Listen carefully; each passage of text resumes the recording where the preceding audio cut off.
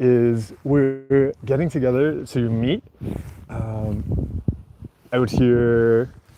I'm gonna adjust my earphones so I can hear you.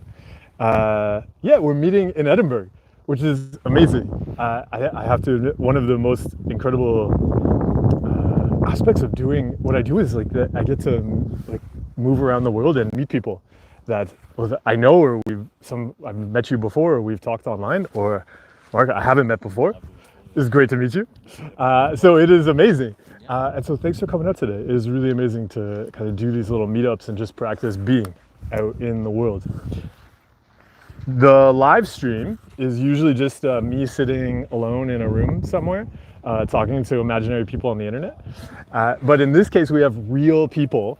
I swear it's everybody joining. There are real people here. You are real people. And if you want to ask questions, you can do that. This can be Brain Tech Support live. You are real people. And that's why I have like 12 pens in my bag here. So I'll just break up some of these sticky notes. You can write them on here, or if you want to talk while I'm doing live stream, feel free to talk amongst yourselves too. But know that the microphone may pick it up. So if you're trading bank passwords because you're like, oh, it's so great to meet you, I want to give you my bank password. That's understandable. It's really, it's really, really generous and kind of you. But also the people on the internet will also hear you. So let's see. Maybe just pass those. And also, I realize I will try. I will not really say your names. So if you talk and I just kind of I nod at you or I say yes, and it seems weird I don't mention your name, that's because you don't have to be performing on the internets. You'll be able to. But you can if you want. It's part of being a real person. One of the things I always talk about on the Brain Tech Support Live is the importance of looking at what we want to grow and build. And that's even one of the reasons for doing these kind of meetups where we get together like in a random park. Because so often when we talk about mental health, it's about like fixing and controlling something, and there's got to be a problem, and we're gonna go and like throw everything at it. We're gonna pick up these big rocks and crush the thoughts and feelings we hate. But actually, just being and celebrating just being and seeing like we don't have something to fix. We don't have to go and do something. Can be so much more effective and useful. And so with that too, it doesn't need to be also if you want to share something, a question about something to fix. It can be about just something you enjoy, something you've seen today. Because we can give time and energy to that. In many ways, that's the most extreme mental health and fitness exercise. To give time and energy to actually smelling the flowers instead of whatever fear the brain throws up. So we can do that too. And yeah, I see, welcome everybody. Martuza, Michael, Eddie, if you want to ask some questions. Oh, I see, actually, Eddie, you said, can I ask some questions on your Instagram? Yeah, of course, you can ask on Instagram. You can also ask here on YouTube. But if you're like, it's more of an Instagram question, yeah, you can do that too. And we'll answer it over there. Michael, you asked, am I in Scotland? 100%. We are, we're in Scotland. I know you could tell I'm not in Aberdeen as usual, just because these stones behind me are not a dull gray. They're kind of really gray. Everything is the gray of the art gallery over there. But I've embraced it. I like Aberdeen. Like Aberdeen's, I recommend it to anybody. Thank you for coming to our Tourism Scotland, Tourism Alba live stream today. Visit Aberdeen. Zeno, welcome. Hey, thanks for reading You're Not a Rock. Okay, so everybody here will enjoy this too. So Prince Butt, actually, everybody, you can help answer questions too if you want. I'll share some of the questions with you because you guys are very knowledgeable mental health and fitness experts here. So Prince Butt. So everybody, Prince Butt would like to know, can our mind think or imagine anything? Yes. Pretty much. The imagination is limitless. Yeah, it's pretty limitless. We got to the moon, so. You can imagine that we didn't. Yeah. Well, I think it's interesting. Something I actually bring up a lot when we're exploring skills like this, even like why I often do, exercises where we draw or get things out of our head or talk to other people, is because we can't think of things we can't think of. That's how I describe it. Like, we have so much experience doing something one way. So maybe we've always done a particular habit. It's so difficult to imagine doing it any other way. Like, if we've just done a compulsion for years, we're like, no, if you have a fear, you fix it. If you feel anxious, you avoid it. To think about stepping into the anxiety is like actually so difficult to imagine at first. So yeah, Prince Butt. Sure, we can imagine anything, but often it's really difficult to imagine doing like actually useful things. Is maybe the one thing that we struggle with the most. Yeah. That's a nice offshoot though, isn't it? Because then it's like we can actually use the imagination to imagine dealing with our problems, or not fixating on the problems, Yeah, we could imagine. Well. Yeah. And I think that becomes a practice, because usually we have so much. So if anybody couldn't hear that, the point was about like we can imagine things going well. So often we've spent so much practice imagining disasters. Like, that's what I always found. I called it going from A to Z to the end of the world, or A to Z for our bilingual audience. And because it was just so good at imagining disaster every time. Like, any kind of thing happened, I would immediately go, oh, like that person didn't say hello because they hate me and I will be alone forever. Rather than like, oh, they're probably ruminating about some, false memory in their head or something right now. JNM. He said, how should we deal with intrusive thoughts about insecurities in our relationships? I can't get rid of the thought my partner might think bad things about me secretly. One of the things I find really important in a relationship is that we look at the actions that support the relationship, because the brain will so often get hooked on uncertainties, or will just imagine anything. Like, we could just see that as a type of paranoia. The brain's gonna go, oh no, yeah, what if they're thinking terrible things about me and I don't know? And being able to go, okay, brain, like, I don't know, but here's what I want to give to the relationship. Here are the actions I'm going to practice today. And then we can just do that, and that can feel really extreme, like, because that might feel scary, because we might worry, oh no, what if I'm giving my all to this relationship and this person actually hates me and they're going to abandon me? And then that's where we can give that fear a hug, because it's probably coming from a place of like, we don't want to be alone and abandoned. And so it's understandable.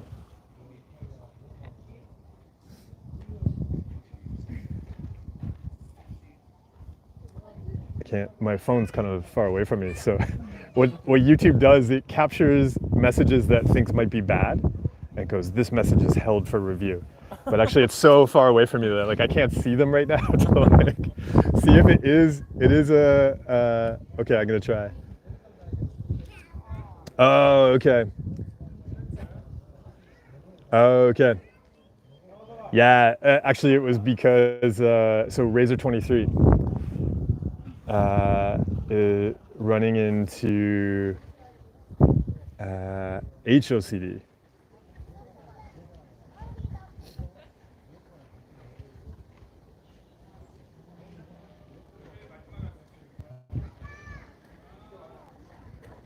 So Eddie said, I have moments when anxiety makes me think that intrusive thoughts reflect reality and I panic, but I manage not to do repetitions or other, and I wanted to ask if I react how I should. Actually, let me just read that again. So I have moments when anxiety makes me think that intrusive thoughts reflect reality and I panic, but I manage not to do repetitions or other, and I wanted to ask you if I react how I should. Okay. So Eddie, what I find really useful there is to look at what we value doing. So what is it that we want to be doing in life? So even if we all, like, this is something that even, everybody here could think about, even like in the week ahead, what do you value doing. So even if we set like a couple intentions, it doesn't have to be big. It might be like, I value nourishing myself this week. I value listening to my friends. I value creating things. Maybe it's something I do for work or something. Like I value making a thing and giving it to people.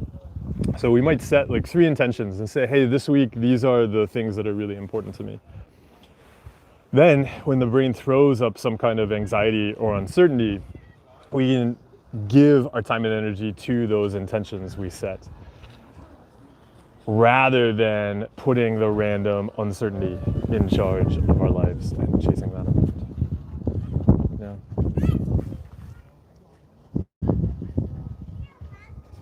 And so Razor 23, that would be the same. So even if somebody's running into uncertainties around sexuality or whatever it might be, rather than getting caught up in that and chasing it and starting to do lots of compulsions around it, we can give our time and energy to something we want to grow and build, rather than chasing around the uncertainty.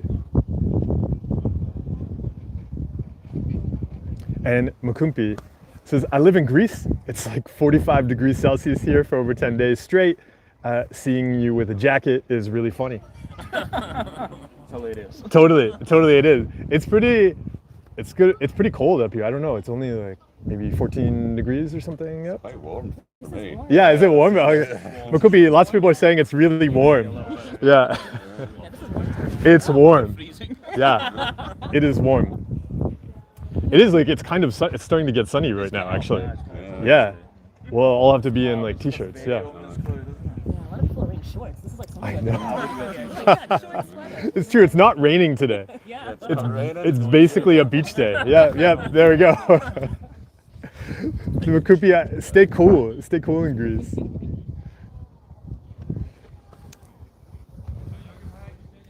Zana says here, I'm in the process of recovery. I'm cutting out compulsions. Cutting out compulsions has become my new compulsion. It means that I'm constantly asking myself if my actions are compulsions or not, and I don't always get how to act. How can I deal with that? I do that as well. Yeah, does anybody do that? It's really common. Are just a new compulsion. Like, Yeah. How you go to the gym. How do I know that's not just me trying to control like how people view me and stuff like this? You know? Yeah. Yeah. It can be like mental compulsions, like an obsession with stopping doing that compulsion in case, I'm not going to explain that well, in case you keep the problem going. Yeah. So you have to not do it every time, unless... Yep. Yeah. No, yeah, I think it's one of the biggest fears, right? Oh no, like once doing compulsions becomes the contamination, it's like, oh no, I'm going to do a compulsion and then I'm going to relapse, or I'm going to do compulsions and I'm going to create a worse problem. Yeah. Yeah, you're doing great. It's part of the process. So once you reach there, it's like, okay, great, you're doing great. Ah. Part of the process. Yeah, that's Yeah. It means you're doing, yeah. you're doing great. Yeah. So yeah, this is a key thing, Zen. I don't know if you could hear that. It is a great point to get to, because the brain just wants compulsions. Like, it's so important to recognize that it never cared about the topic. So what happens is, once you start to cut out the compulsions, it inevitably, pretty much guaranteed, I would say, yeah, it's a pretty normal thing on the process, that it's going to switch to cutting out compulsions as the thing to like fear and control. And so yeah, it was something I ran into too. Yeah, what has helped everybody with that? It's really common, yeah. Just keep doing the things that you've identified as your values, and if it's not a value, you will know. You will find out, and it won't be because you're obsessing over it, but it will just be a natural, the way you did it before, maybe, you came into OCD, or the way people who don't identify with the label of OCD naturally evolve or progress out of things. You too will go through the same process of, discovering that it's not a value and moving on to something else. You won't have to fixate or focus all this energy on it. It will just be a natural evolution. Oh, I really like that. Because I think, and I'll repeat it because I don't know if everybody could hear that, but I love because yeah, giving yourself that trust to explore it. So yeah, Zena, the point here from our live studio audience was to, do the things you value and give yourself that trust to explore it, allowing yourself to see that you will see as you explore and continue the outcome.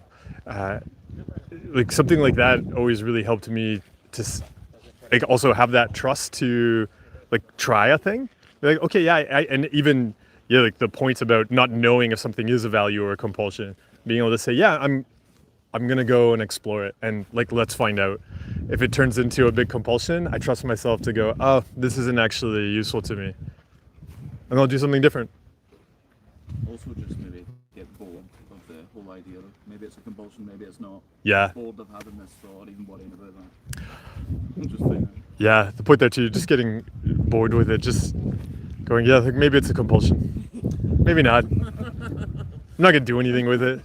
I always like that. I often call it like being lazy with it, and so yeah, you can be lazy with those kind of uncertainties too. Yeah, maybe it's a compulsion. We have better things to do, like wear jackets on hills in the cold summer. Yeah, it was sunny there for a moment. Yeah, it was. Everybody experienced that real sunshine. Yeah. That'll come and go. Jisha, it's good to see you. Barbara's Choice says it's 32 degrees Celsius in Germany today. That is really hot. Yeah. Yeah. 32. Yeah. So, yeah, really hot. Oh, Zena says thank you to everyone. Yeah. Thank you. People are bowing and nodding, Zena. Thank you. Yeah, I think actually that journey or that point where the brain will turn getting rid of compulsions into the new thing to do compulsions around is also one of those really interesting points where you recognize just how much it never cared about the fear. Like it never, because you can not, it's kind of, I think at that point that you've knocked down a bunch of the big fears, and then it's so useful to recognize, oh yeah, this thing up here never cared about the topic. It just it's just going like, fix a thing. Come on, like fix a thing. That's also, I find, where like that's where you start to notice the problem-solving monster. Yeah, it's such a good. It'll turn something into a problem to be like, hey, like, I've got to find a new problem to fix, because we do just crave that control so much.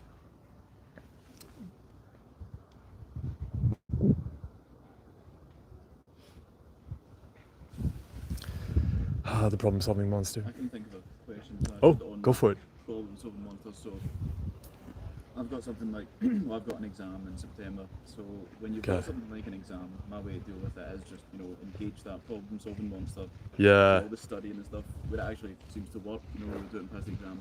And then at those points, I always feel like, as soon as the exam's done, life can go back to being blissful and happy. But it never does. It always lasts like a day or two. And so what would your advice be, someone who's in that situation, who's kind of worried, okay, when the exam's done, I know I think it's going to be good, but then I know within a week, my mind will be going crazy, like looking for stuff to kind of... This is a great thing to explore. So yeah, the question is about when we're doing exams, because yeah, especially if it's some important exam that's like, oh, this is my career. Yeah, like this exam will allow you to call yourself something, right? Yeah, this is like, but that's key because it affects identity. Like I passed this exam, my identity has changed. And so we'll study really hard for it. And yeah, it engages the problem-solving monster. The brain loves it. It's like, yes, we are controlling the future, and he agrees with me. We are controlling the future. Let's do it. And so we go hard, controlling the future. And then when the exam ends, and you pass, maybe, the brain will want to keep going. And this is another area where you can see how it kind of hits this level of control that it wants. And then when we're like, oh, okay, I don't have to control anything anymore, the brain will keep going. It'll keep going. Well, I need this amount of control. Like we were working so hard to control this uncertainty. Let's keep doing it.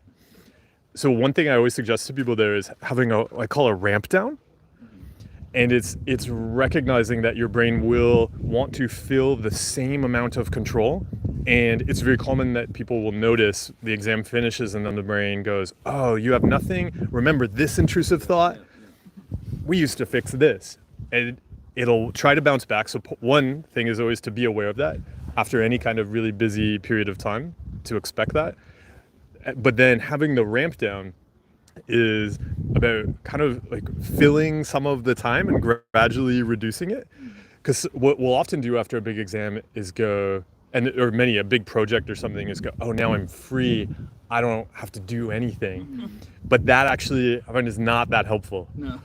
We want to look at whatever the amount of time you were spending on studying to actually the day after the exam still fill that kind of time, and then gradually reduce it over, say, a week or something like that. So one of the things, it's funny, we're outside of a museum here, one of the things I learned is that if I was doing I used to do these consulting gigs, like business strategy, and we would go and like you do like these 12, 14-hour days, and I would get handed a schedule at the start, would tell me everything I'm doing, like every 15 minutes for all those 12 hours. All the meals, where I was gonna be, what I was gonna do, everything. And then at first, when I would get home, I'd be like, oh, I don't have to do anything. And I'd be like, oh, and I don't have to do some work right now, because you get paid a lot for doing kind of 12-hour days. But that was actually really unhelpful to go, I don't have to do anything. So what I would often do is the day after, right in the morning, I would usually schedule, like, I'm gonna go to a coffee shop or something, I'm gonna have breakfast there, and then I'm gonna go to a museum. And part of going to the museum was because there would be new stuff. And just going to a place where there was like something new to kind of wind down the brain. And probably after the museum, I'd go see a movie, again, like new stuff, and then gradually reduce that over a couple days. Yeah. What do you think you're gonna do after your exam now? Well, we've got quite a few games I could probably buy and Yeah. play online, right? Yeah. So I've got quite a few. Even doing a game, like having a goal, and then just gradually winding it down. Yeah. I'll make some plans. Yeah. Games are. I was playing a game the other day because I was like, oh, I hadn't played a game in a long time, and there were like games I had saved in like my Steam wish list. So I was like, I'm gonna go play a game rather than like watch a movie. Like But as I was playing the game, and it was just the game I randomly picked, I was like, this game is just chores. I'm in space, but I'm just doing chores. And after a while, then I stopped, and I was like, I'm gonna go do a chore because this game is just chores. And so I stopped. But I was in space, but I was literally like, it was like, go find this mineral. And then I was like, da-da-da, and then take this mineral to the smelter. And then, This is like the game we played with dinosaurs as well. So basically, the game you're just building a house, you get gathering resources. Fun though. It's risk-free, you know, you can die in the game and just come back to life. Really? You Yeah. can run about, Wait, were you playing as a dinosaur? No. Oh, okay. You can tame them and ride them. Oh, They can okay. make chores for you and you can use them to graze. Because if it was a game where you're playing as dinosaurs, like we know how that ends. Like eventually they don't get to respawn. Yeah. I have to. Just a second, everybody watching my chat is doing the thing where the chat stops chatting. And how do I make that do that again? Oh.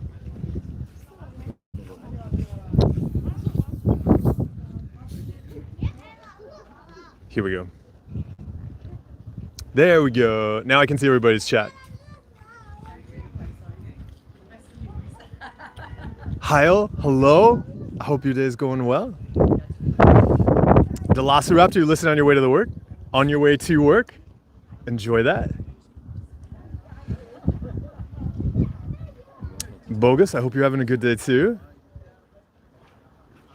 Jisha said, thoughts on non-duality. How does it complement with mental health skills? So, Jisha, can you be more specific about what you're curious about there? That's a complex question. Yeah, yeah. So okay, so people know, like, yeah, a couple people here have mentioned, oh, that's a complex question and maybe a scary one too. The reason I asked you to be more specific is because, yeah, it's often when people can end up doing a lot of compulsions around. And so I would only get into if there's like a really practical reason to explore it. Yeah. Otherwise, if you're just like at a donut shop and you're like, oh, I don't know what kind of donut I want, then just get both. Yeah. Yeah, Yeah. Why not both? it's probably not going to bring you peace. I don't think. Getting the donuts will. But that will bring you Yeah. that will bring So the you point was, yeah, exploring non-duality probably won't bring you peace, but getting both donuts will. Yeah. Yeah. Can cover one turn on and then don't want the other one. So which one do you but possibly that's okay. Sure. Yeah, go ahead. It's kind of, I'm good at long-winded stuff, and I'm still flirting with the fixing thing, so Well, it okay. comes into that. Sometimes we have to fix things. Yeah, but it's what kind of daily practices can I do to increase my ability to detach from fears? Like, one thing I find very difficult is when I have to worry about losing it or doing something terrible or something. It can get so intense, and I find it hard to detach and come back to the moment. So it's like, what can I do as a daily practice to increase my ability to just let that go? So the question here is, yeah, what can I do as a daily practice to kind of, how would I say, like, come back to reality and detach from the fear? Yeah, so come back to reality and detach from the fears that the brain loves to come up with. But I think key with this one is that the fear being around losing it. Losing it or doing something awful. It's like, it's both those things are things that I find very scary. So. I find it really helps with those fears to look at, like, why they're scary to us. Yeah. Because we want to live our lives, we want to do the things we care about in life, we want to give the things we want to give, because it's through doing those things that we care about, by doing the things we want to do, that I find we can come back to what matters. And so it is setting up some of those activities where we say, look, I know my brain is at some point today or this week going to throw up a fear of, like, oh no, what if you lose it? What if you do a bad thing? And when it does that, I know it's doing that because I want to live my life. I want to give to other people. And here are the ways I'm going to do that this week. But really laying out some, like, really specific actions. Because it is then in that moment saying, okay, and you might even write them out, like, on a sticky note, or like you have, like, say 3 actions that are like, this week, here's how I practice living my life. Here's how I practice being me. Here's what I give to other people.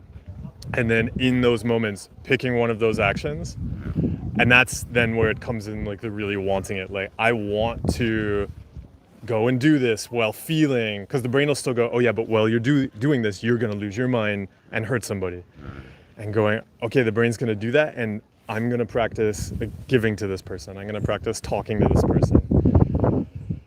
And then that is, I say, in those moments, a way to work on that. I find with this, though, too, we want to work on it outside of those kind of scary moments, too. Yeah. And with that, I find it's really having a practice of being ourselves, so that we can kind of, and this will, one of the things that sometimes people will latch onto this with, they'll say, like, oh, this sounds like reassurance, is having a practice of being ourselves. So in those moments when the brain is going, what if we're not going to be ourselves? What if we're going to do something terrible? I'll just say, okay, like, maybe I won't, but I've been doing a good job of it. And yeah, maybe in the next moment I won't. Yeah, like, but look, like, I practice being myself. This is something I do. I've been doing it all week. Yeah, maybe tomorrow I won't do it, but I'll come back to it and do it again. Yeah, what do you think you'd want to do this week? I think, without going into too much specifics on my, like, personal, I think it's more just, yeah, thinking about who I want to be with certain people in my life, and what I want to give to them, and just grounding in myself, really. Yeah. It's like, rather than the fears. Yeah. You know? Actually, when you bring up the like I say, the term, like, grounding in yourself instead of the fears. Yeah, grounding is important for me. Because it makes me think of something that we've often done is, and one of the scariest things on the journey is when the thoughts don't bring up fear anymore. And so recognizing that we often have grounded in the fear, because we go, ooh, I had a thought of, like, I might lose my mind and hurt somebody, and I felt bad. Okay, like, I felt bad, so I must be a good person. And sometimes we get very hooked on grounding in the fear, going, like, that feels bad, okay.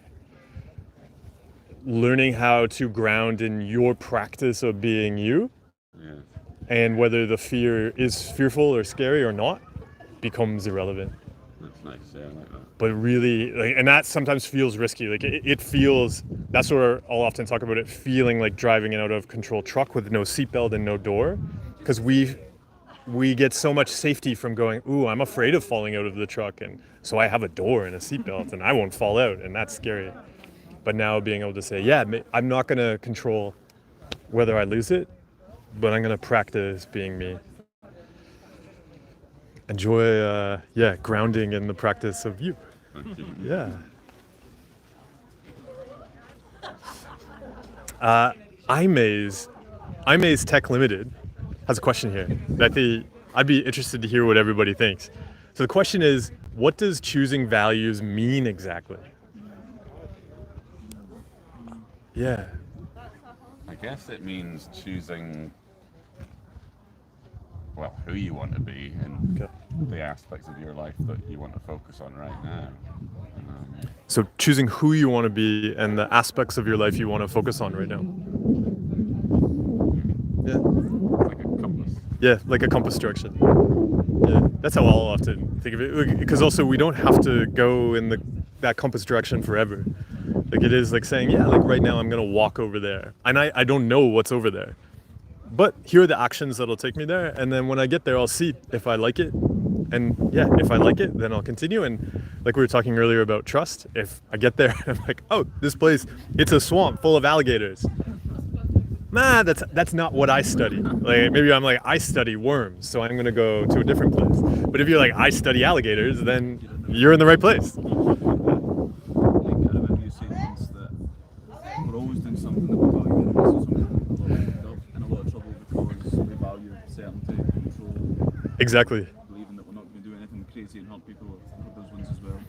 But it's just also realising that that's good for a while as long as it works, but then all of a sudden you end up in a place that you can't get that certainty or control. The brain will find something or some way of just beating it where you can't. Yeah. I think that's an important, really important part of it as well. Is that trying to break the relationship you have with the compulsions. They're going to help. Because, once you kind of set your mind on the fact that no matter what this is, no matter what I do, this compulsion is never going to remedy. And just thinking about it in just the context of OCD and what it is. Did everybody hear that? The point was, whatever the compulsion is, it's not going to work. Just remember that. It works for a short while. Well, it works for a short while, and it felt good at the time. Feel that it works. Yeah, I think that's you'll feel and believe it works. Yeah. Playing a game with a machine that you cannot beat. The brain is Yeah. extraordinary. No.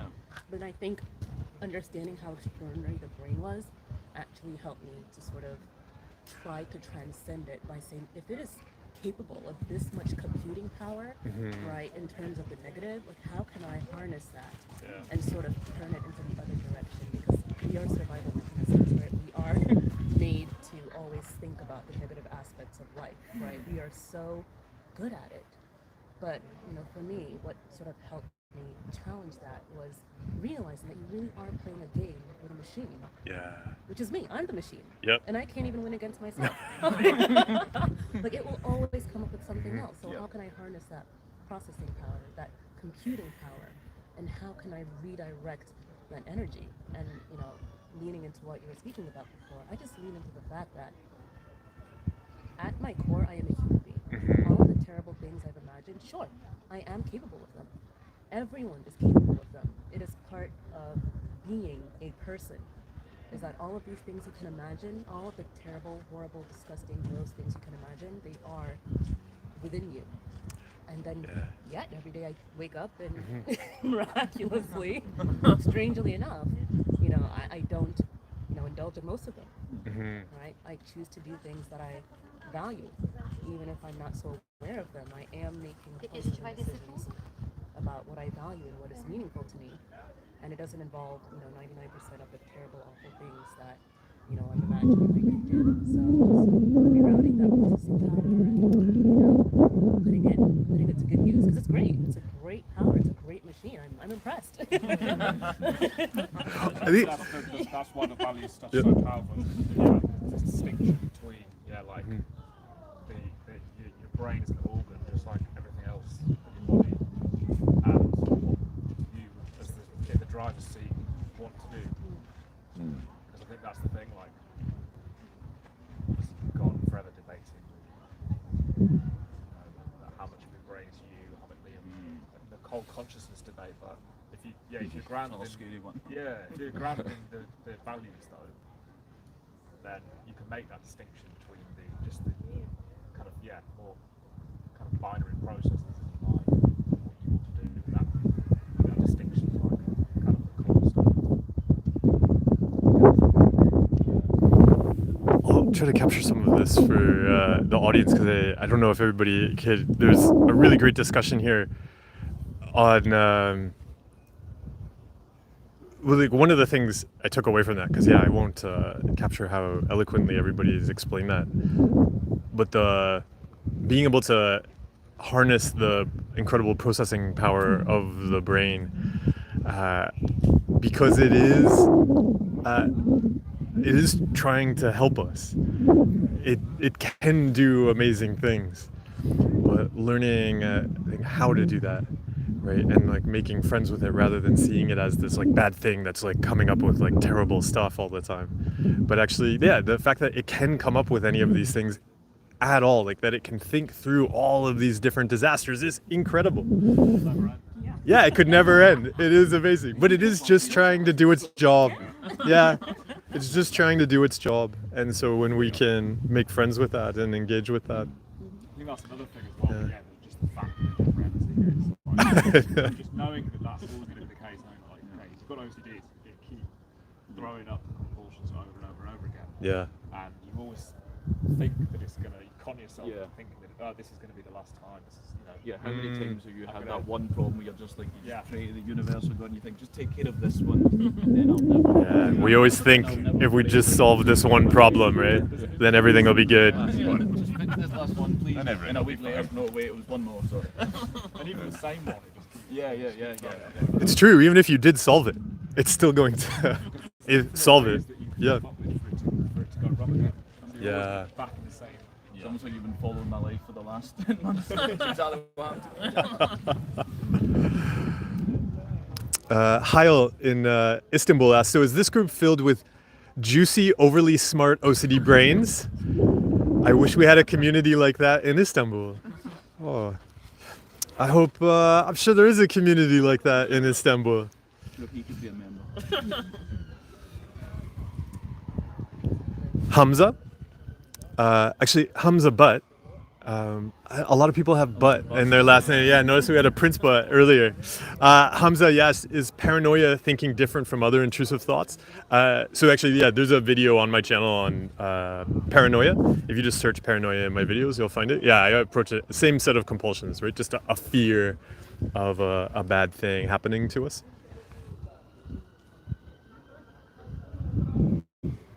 Jisha. Oh, so Jisha had the question about non-duality. She has gone into specifics. Is everybody ready for this? Jisha, people are nervous and like smiling with nervousness.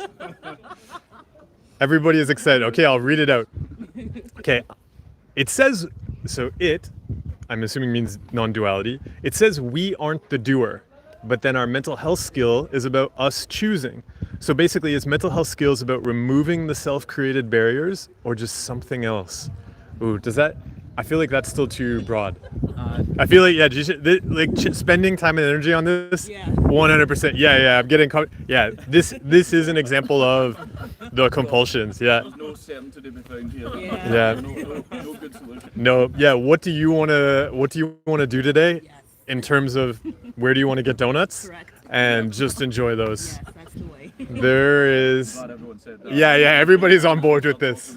Yeah. I definitely don't exist. We don't, but some people who have explained that also just mentioned they don't exist, so. I'll never know. Velociraptor, he said, you mentioned before that there are several different paths of building mental fitness. Like how in the gym, you can do weightlifting, running, yoga, etc. Yep. I remember that you've given meditation as an example of one type of brain exercise. Can you give some other examples, please? Oh, yeah. So, meditation can be one of those. Like, we think of meditation as like the cardio of mental fitness. I think, would be one of them. I think creativity is another area that we can explore. A lot of the times when we may say like, oh, I can't draw, or I can't do this or something like that, we're often just talking about some insecurities. We're like, ooh, I can't do it right. It can be really interesting to explore creativity.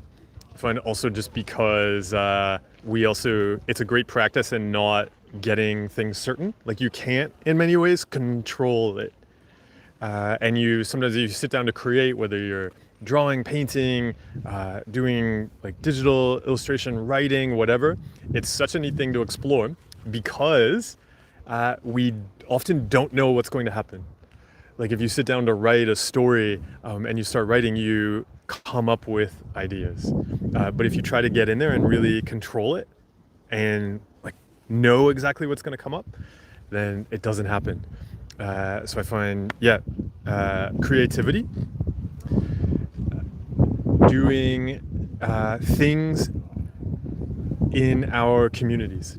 So beyond meditation, building relationships, building community, supporting others, communicating with others. I would put the practice of communication on the same level as the practice of meditation. Those could be fun areas to explore: communication, creativity, and then meditation as another one. But those are creativity and communication are practices that we can all really enjoy in our lives. Yeah. Bagel, bagel, bagel. Good morning.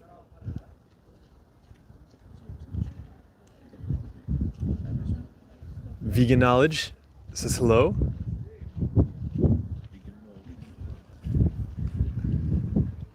Mud is in Wales. Hello, Mud, in Wales today.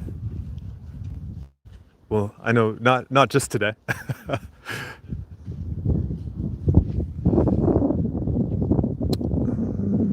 Let's see.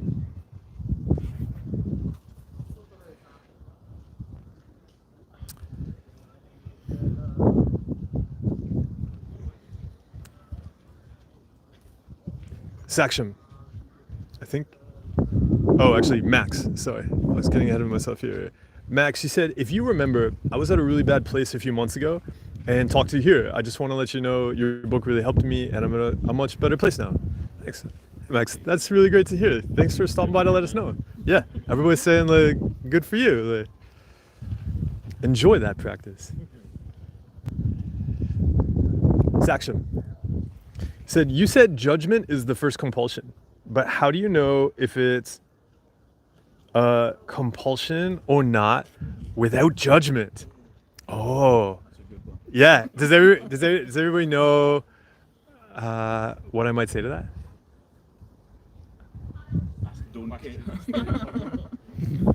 Asking the question is part of the problem. Oh, asking a question is part of the problem. Yeah, that seems like maybe, yeah, is that the problem? I always love that answer.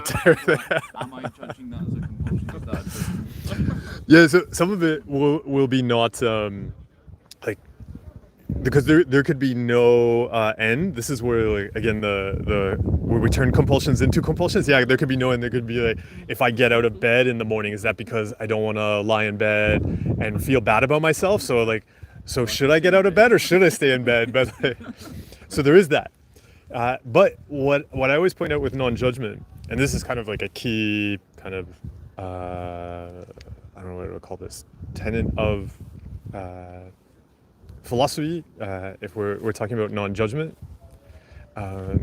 Non-judgment doesn't mean we don't see things as they are. So non-judgment is the extra stuff, or judgment is the extra stuff we attach to reality. It's when we are bringing in a practice of non-judgment, I'd say a core part of that is that we're actually able to see things as they are.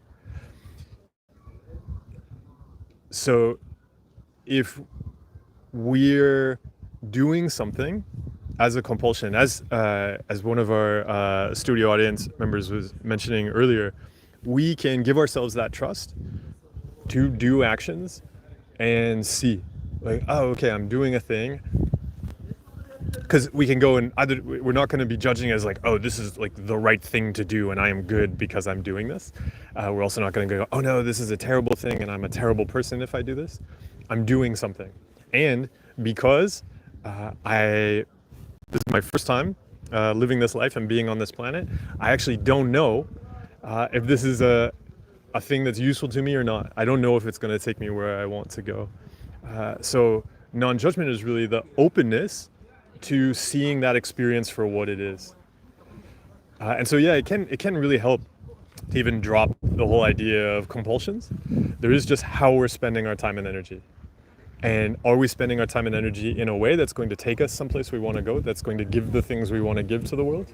Or are we spending time and energy in a way that's just gonna like fuel more struggling for ourselves and those around us? It's really useful to the alligator swamp. It's really useful to break it down, and it's like a simple thought like that, I think, because it helps you not overcomplicate it. Yeah. Just keep like Yeah. keep running yourself into Yeah. It's surprising sometimes how simple it can be, but we don't make it simple. Look, I think there are people out there who are serial killers. They're burying bodies day by day, and they just get into bed and they go to sleep. And the only difference between me and that person is the judgment I've attached. They just bury the body like it's another day at work, and and I'm here like. Whereas what we might become, not fair. Very well. Epri, welcome. It's great you've caught alive. Nero, we are in Scotland. Bora said, when there's conflict with people, I get aggressive and impulsive. How do you think I can work on that?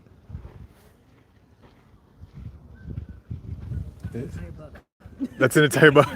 Yeah, so Understand where the aggression comes from, I guess, would be, is it something that someone overstepping boundaries? Is there something you need to resolve that's, making you more agitated in your life generally, and just work on resolving that, perhaps?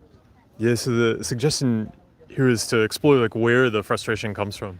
And yeah, I always find that really useful to consider like why I want to control something, because there's something there that we're usually afraid of, and then we're like, oh, like either like this is going to take something away and I don't want to lose it, so we're like, I'm going to be frustrated, I'm going to try to control them to make sure I don't lose this thing, whether it's a tangible thing or it's like our identity or something like that, or like respect or something. But yeah, what is the thing you're afraid of losing there?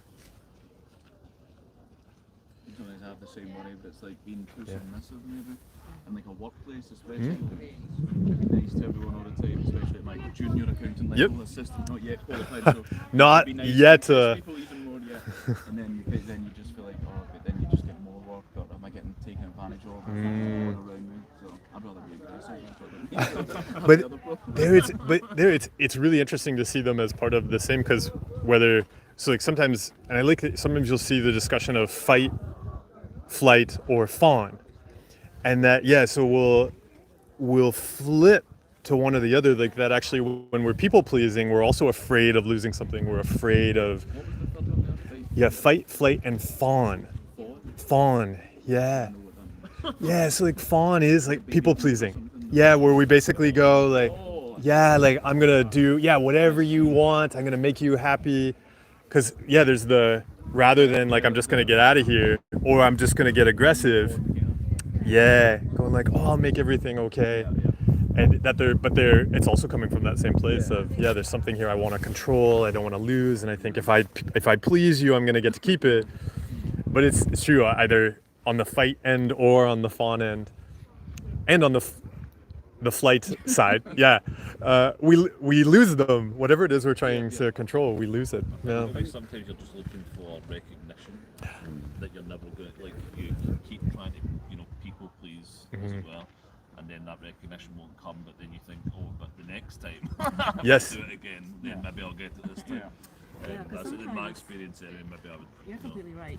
When we do it and we get a good response, that's usually how we form those mechanisms, that we did it once because these aren't bad tactics, right? I always think defense mechanisms, they're good things actually. They're there for a reason. But as kind of you stated, you did it once and you got a good response. Yeah. You like Kind that of response? adopt that as a maladaptive way to, get something that you want, but without actually working on getting it in a way that's healthier or less maladaptive. So, because like you said, it's all kind of the same level, right? You see all of these, adaptive mechanisms. It's the same thing. It's coming out of the same place, the same compulsion, the same fear.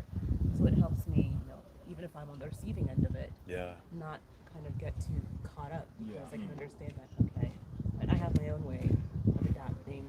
That's not well adjusted, but we're all sort of coming from the same place of trying to achieve something. But if we don't know how to do it in a healthy way, we're going to find an unhealthy way.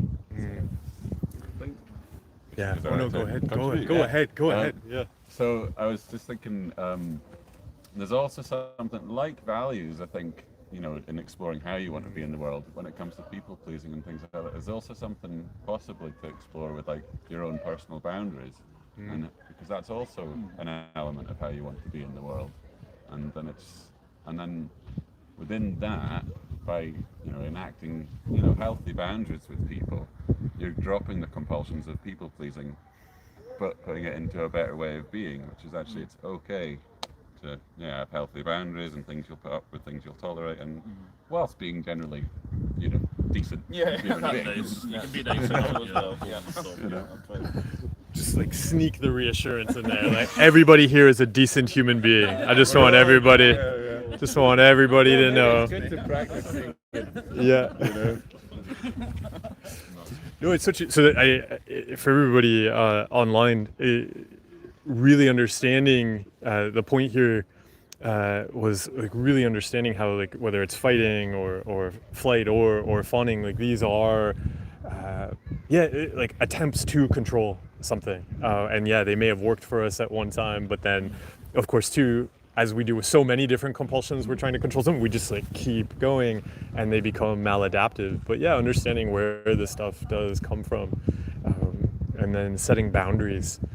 So often, one of the reasons we end up in situations where we might get aggressive is often we haven't set a boundary, or if we end up people pleasing because we haven't articulated what we really want and don't want to. Yeah, because we can see that well.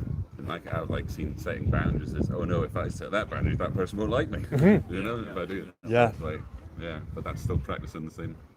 Yeah, we can set boundaries, and because I think in this, to come back to the earlier question about the practice of being ourselves, boundaries is a huge one. Because every time we don't set a boundary, I find it's actually very closely linked to the fears of losing control. Quite often, if somebody brings it up, if you have a conversation about boundaries, there's often not a lot of boundary setting going on, because so often we'll fear losing control of ourselves because in so many situations we don't practice being ourselves. And so one of the ways to start working on that is like to practice setting boundaries a lot, because that's one of the things we then get to point to, because the brain's like, ooh, what if we lose control? Be like, all right, I'm gonna articulate what I really care about then in that situation. And Velociraptor, thanks so much for the donation. I really appreciate it. Thanks for supporting our live studio audience. I'll grab some visuals at the end so you can just see the studio's in a bit of rough shape. Although we have some nice flowers, but we don't have a roof. Yeah. we will put the donation towards the roof fund. Yeah. This is the start of a roof fund. Maybe quite a nice building if it's going to be up here. Yeah. I mean, we have amazing flower beds in the studio. They are beautiful.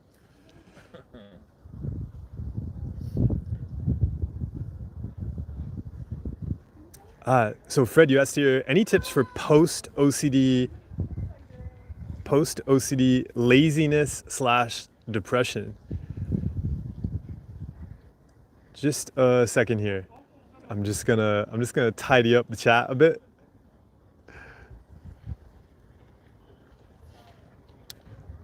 I think there's there's a magical number of viewers or time at which point the trolls show up. Yeah. I've never noticed them Maybe you remove them so quickly. I've never noticed them when I've watched one. Oh, yeah. On top of removing. Yeah, it's because usually I can I'm both seeing what's happening in the chat and reading the question and so you can catch them. Yeah. But let's Velociraptor, I see you shared a message too. You said shout out to everyone here online and in person for being part of this awesome community and these live adventures along with me. Oh, Velociraptor, thanks a lot for being part of it today. Yeah, everybody, Velociraptor. Yeah, everybody says hello, Velociraptor. Yeah. Epri was saying, you couldn't hear what the other was saying. Hopefully I captured some of that. Again, we'll have to work on the studio setup for next time. This is an experiment. Yeah, we'll have to have a microphone we can pass around.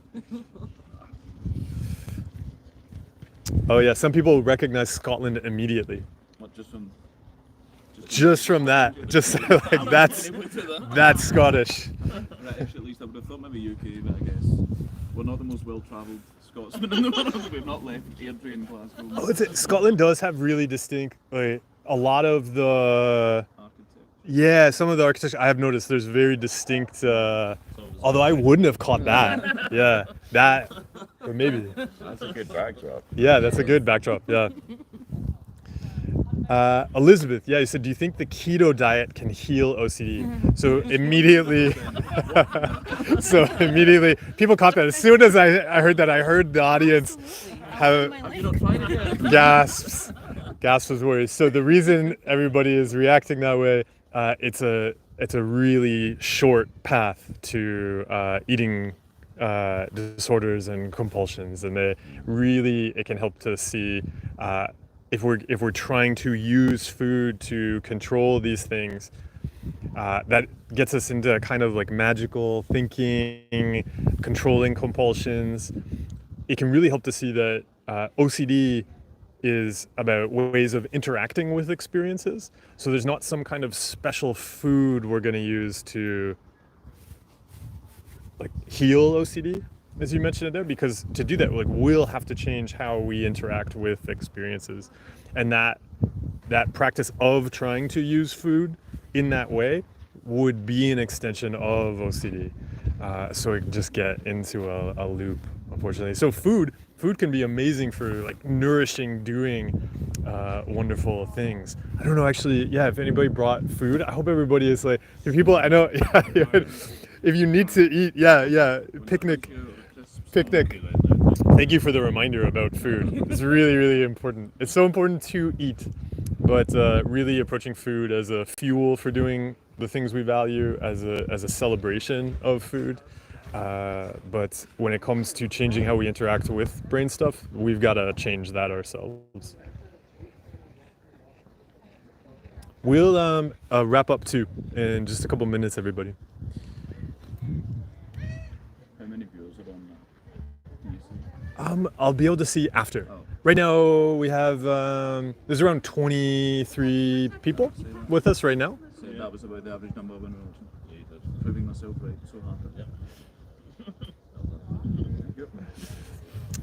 Zaina has a question here. How can I proceed when some of my compulsions intersect with others? For example, by cutting out one compulsion, I feed another compulsion.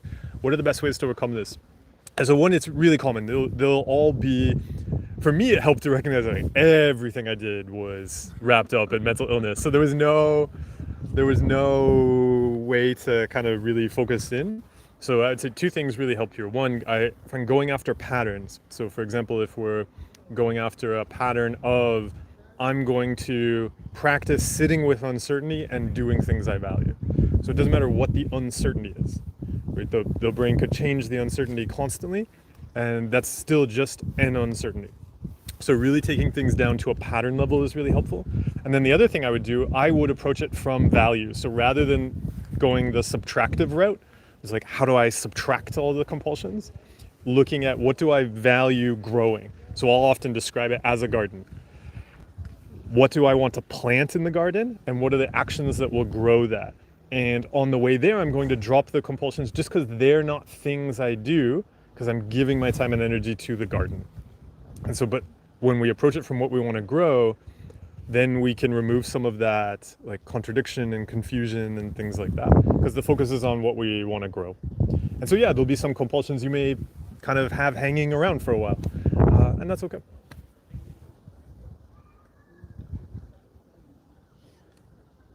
There we go. Somebody said come to India. Saksham, oh, you said come to India. We'd love to. Everybody is ready and waiting for the tickets. So please send the tickets over. Let's get a long flight, so we might have a live stream on that maybe before I go. Yeah, we could do a live stream on long flights. Totally. We look forward to visiting. We could do a live stream in India. And that brings us to the end of the. I'll just do a refresh to make sure. But I believe that brings us to the end of the messages in the chat. Oh, there are a couple more. Oh, Mud points out does not live in Wales, just likes Wales. I like Wales too. Pacific Ocean. He said, how do I clear my ideal inventory? How do I know what life I want to live? It feels like I'm not sure. That's okay to be not sure. I don't know if you caught it earlier. We were talking about the importance of trying things. Like we really don't know. Like even it's so wonderful to just try things. Like say for instance, a couple months ago, I did not know I would be sitting on a hill in Edinburgh, meeting you all, chatting with you all here. But we can just kind of take some steps, pick a direction, and explore, and celebrate whatever comes up along the way.